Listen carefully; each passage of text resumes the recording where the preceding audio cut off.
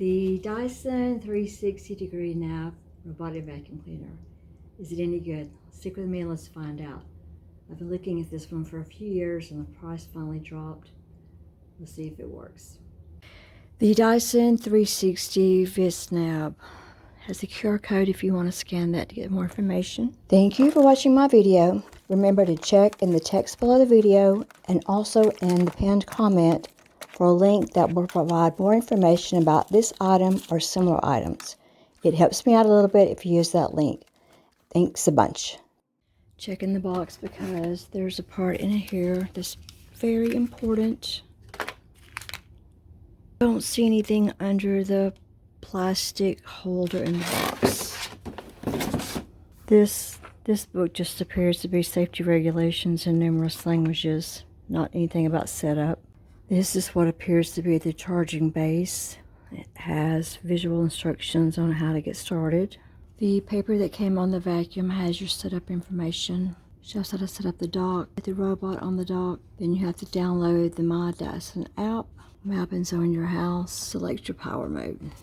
It does have a filter. Pops out.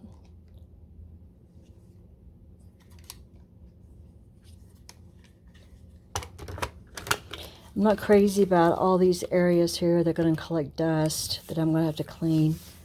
I had a Nito D7 that was pretty flat on the top and was easier to keep clean. Also, I just don't think this is a very attractive machine, but I've been looking at it for several years now, and it finally came down to almost half price. I don't really see anything better out there. My Nito D7 had the D shape, which is what I wanted because that gets into the corners. And this is the only one that's on the market right now that I can find that isn't refurbished. This is what the underside looks like. That's the rolling brush. It has very rigid little bristles that come out. I'm assuming this is how you open the dust box here. That looks like maybe the dust box there. There's really no instructions that come with the box. I'm hoping it has some more on the out.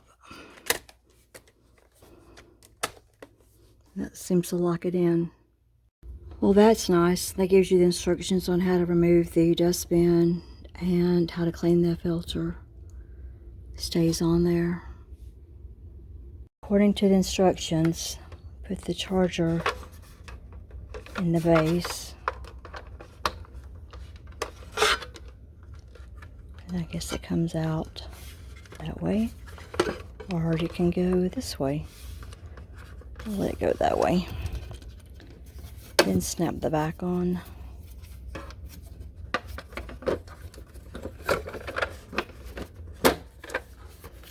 The base is ready to be plugged in.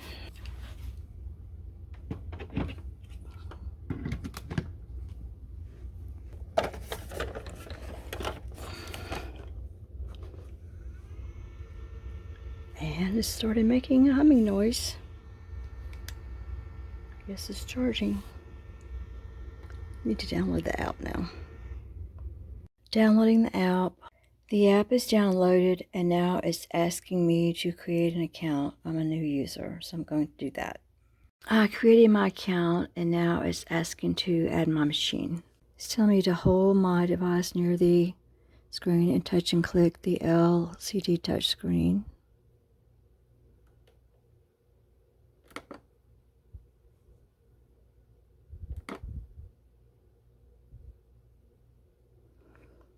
And now it's supposed to be pairing.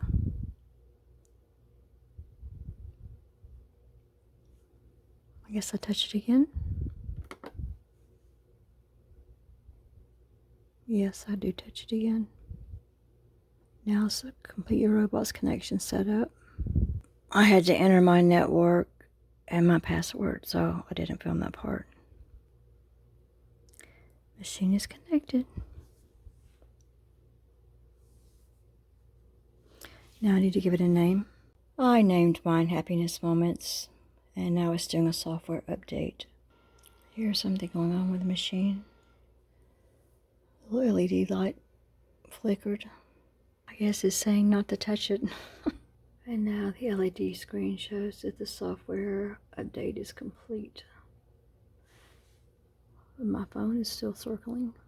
Now it's asking me to map my home, that the robot will explore my floor without vacuuming to create a map of my home. I hit the continue mapping, and apparently I can make more than one map. So I've done all of this.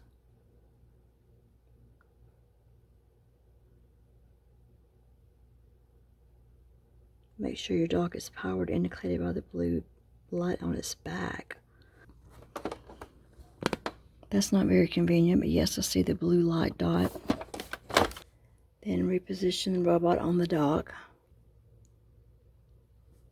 Prepare your home by making sure that there's nothing that can get in its way. Maybe it would take 1 to 2 hours. The robot vacuum is switched off during mapping to save battery. Start mapping. We're ready to go. And there it goes, zooming around without vacuuming yet. That is a very bright light on that vacuum. That was not easy to set up. The app kept asking me to make zones in a room, and I didn't really want to make zones, but just stopped. It took me about 15 minutes to get it going. I put it on like heavy duty cleaning boost, and it's saying it's going to take it 9 hours, over 9 hours to clean this area, and it's going to have to go back and recharge 6 times. So I'm about to go to bed, and I guess we'll see what happens to this thing when I wake up in the morning. Or later tonight if I could check on it. It just redocked for the first time. I do like the little LED indicator that tells you how much charging time is left. I guess that's why it's going to take it 9 hours. We did one round of the really deep boost cleaning. Let's see how much dirt we got. Ooh.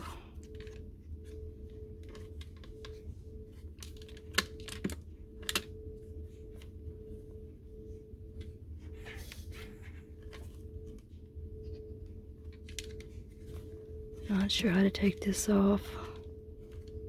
Let me figure that out. It does come with this little handy handle because you have to carry it to a trash can.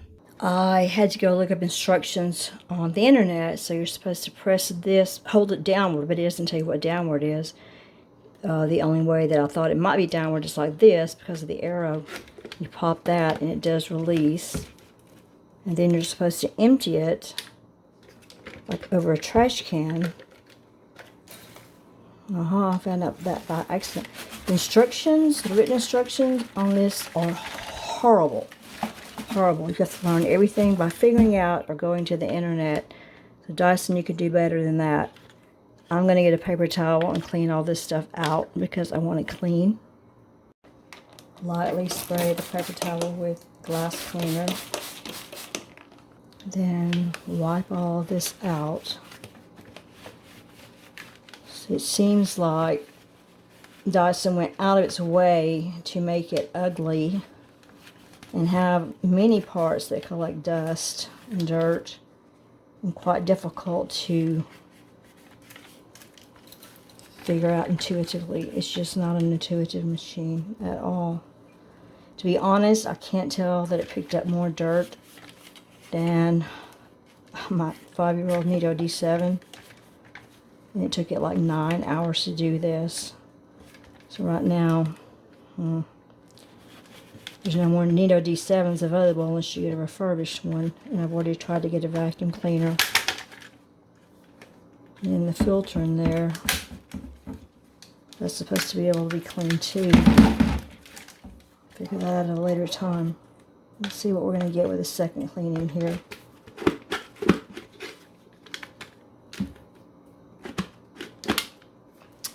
Let's try cleaning too. Let's see if it goes back in easy. I'm assuming that goes there. Let's see if we can start it on. Here we go.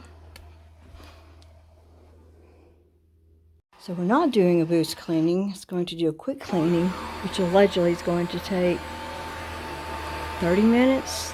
No, it's been going for 33 seconds. I'll get it figured out. It's finished cleaning, and it has been near the base for several minutes now. It seems to have It seems to be having trouble docking itself.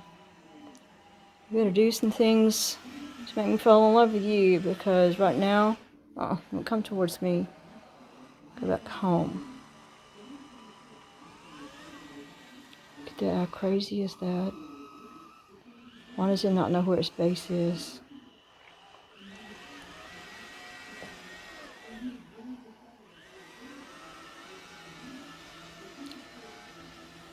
It's right there.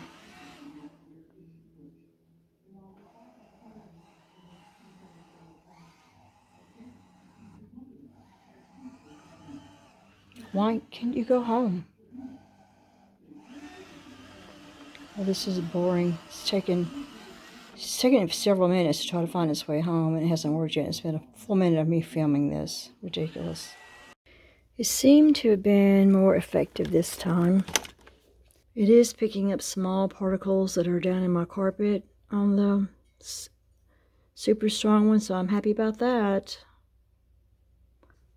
Slowly figuring this machine out. If you hit the center, it's going to start it, and you choose by hitting on the word. It tells you, like, quiet is going to be up to 65 minutes. Boost is going to be up to 12 minutes. Quick is up to 60 minutes. And auto is up to 50 minutes. I'm going to run auto this time and see what happens. It thinks it's lifted because it went over a floor air vent. You're not that smart, Dyson Robot.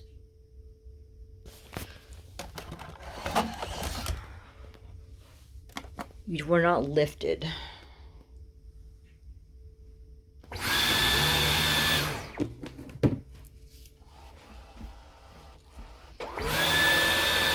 They need to work on this piece of technology. It's terrible. Thanks for watching my video about the Dyson 360 Nav. If you're checking the text below, I'll provide a link on how you can buy one of these for yourself or someone you care about. And consider giving the video a thumbs up. Consider subscribing to my channel. And until next time, let's just continue to help each other solve problems. If you have time before you go, watch another video. Bye.